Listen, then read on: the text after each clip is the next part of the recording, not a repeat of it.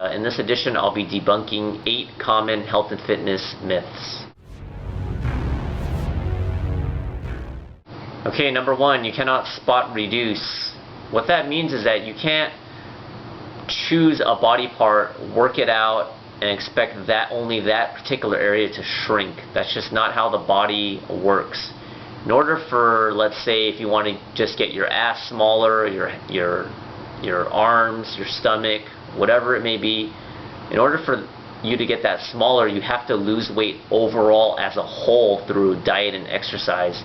And it's only then that your entire body will start trimming down. If your diet is poor and you're not working out properly and you're just doing an isolation exercise in that one particular area, you're not going to see results and you're wasting your time. Alright, number 2, the 6-pack of abdominals. This is something that is not easy to do. It's very tough. I'm not going to show my stomach because it's just not what I do, but I don't have a full-fledged 6-pack, but when I flex, I'm pretty lean, pretty cut. But anyway, enough with me. I don't know if you heard this quote, but abs are made in the kitchen, and what that means is that you have to have a clean diet and do a good amount of cardio and weight training in order to have abdominals. And one of the common myths is that if you do 1,000 crunches, planks, whatever, sit-ups, you'll get the 6-pack of abdominals. But I see a lot of people doing that, and they have a high percentage of body fat, and without removing this layer of fat, because everybody has a 6-pack essentially, but it's this layer of fat that's covering right here that needs to be removed, and you can only do that through diet and exercise. And in general, your body fat has to be between 7, 8, 9, 10% max. If it's any higher than that, then your abs won't be visible. So it's good to do crunches and stuff. You're burning some calories. It's better than sitting on the couch. It's going to make your core stronger. But if you're trying to get the 6-pack of abdominals, you have to have a proper diet and lower your body fat. So don't waste your time too much on the crunches and the sit-ups. Okay, number 3, I don't know if you've seen this recent commercial, but it's like a shaker, it's like a weight, and this guy is like all ripped up and he's shaking it like this, and I haven't seen it in detail, but he's shaking it and bam, he looks all ripped and stuff. Those infomercials, take those with a big grain of salt. I haven't tried the products, so I'm not gonna completely talk crap about it, but I will say this: those guys you see on those infomercials that are all ripped, whether it's a shaker or back in like 10 years ago, there was an ab roller, there's all these different, exercises. You gotta remember, the people that they hire to do these commercials, they've been working out for years. Their diet is clean. They're gym freaks, gym rats, whatever you want to call it, and they've been hired to have this sculpted body to show their product. So that's a complete myth that if you buy the shaker, you're just going to become ripped like that. Do some ab work for a couple of minutes, 6 minutes, whatever it was, I don't know how many minutes it is, you're going to get ripped. It's like, no, you have to have the diet in check, you got to have the workouts in check, and just remember that it's not the infomercial and the product that's going to make you look like those guys on TV.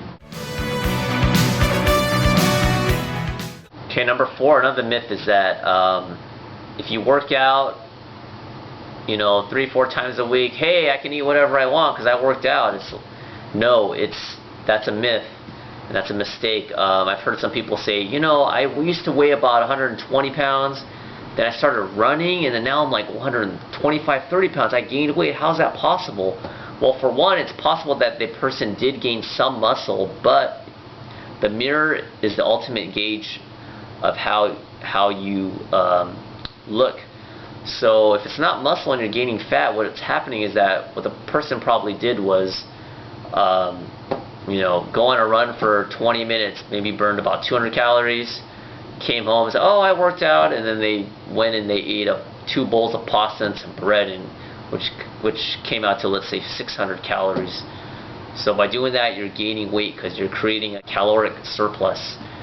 So just because you work out doesn't mean you're free to just gorge out on candy and stuff. There are exceptions. If you're like Michael Phelps or something, that guy eats anywhere between 8 and 10,000 calories and he's still lean. But come on, I mean, he works out 6 hours a day, and most people go to school, work a full-time job, so you're not going to be burning that many calories. So that's definitely a myth that you need to watch out for. Number 5, people assume that if they work out longer, it's better, and that's not necessarily true. Granted, if you're working out longer, let's say if you get 2 people and one person and they're both on the same speed on the treadmill, and speed 5, let's say, and one's going 2 hours, one's going 1 hour, yes, of course the person that has went 2 hours is going to burn more calories. But I'm talking about quality over quantity.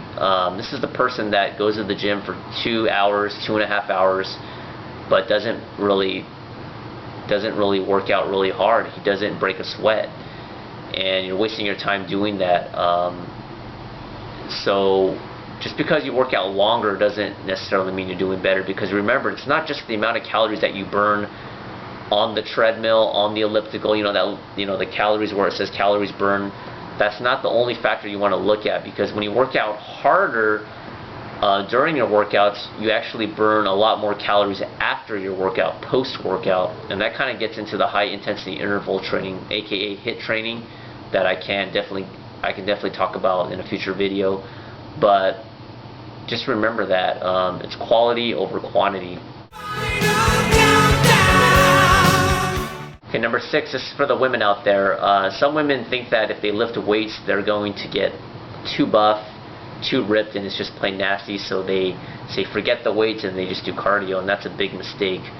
The women that you see that are huge and muscular, I can't speak for all of them, but some of them are taking illegal steroids, and that's just the facts. And even if you weren't to take illegal steroids and lift a lot, it would take a lot to get to that state.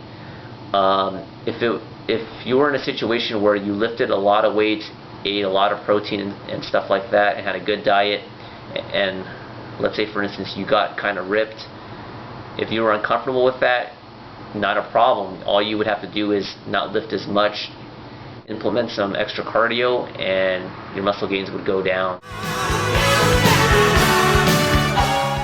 Number 7, this kind of relates to number 6, but one of the common myths is that if you take roids, you're going to automatically become ripped, and that's just not the case as well. I've never taken any illegal substances. I never plan to, but I do know that the ones that do take illegal steroids, they do have to still work out hard, so it's not like you can just inject something and then you're just like Incredible Hulk right after that.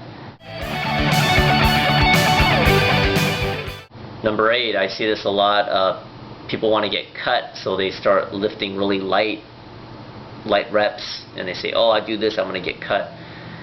Could be the case, but you have to lower your body fat overall. This is kind of similar to number 1 on the list about losing weight overall. If your body fat's really high, it doesn't matter if you're doing 10 repetitions at a lighter weight, or if you're going heavy with only lifting about 3 or 4 times. If you want to get those cuts and stuff, you need to lower the body fat. This video is done. I just realized that I'm wearing I don't know if you see that 7-Eleven shirt while talking about health and fitness, which is kind of ironic, but this is just a shirt I wear at home. If you're working out hard, you probably should not go to this place that often, but it's a very comfortable shirt, I might add. But anyways, that's about it, and any questions and comments, feel free. See you next time.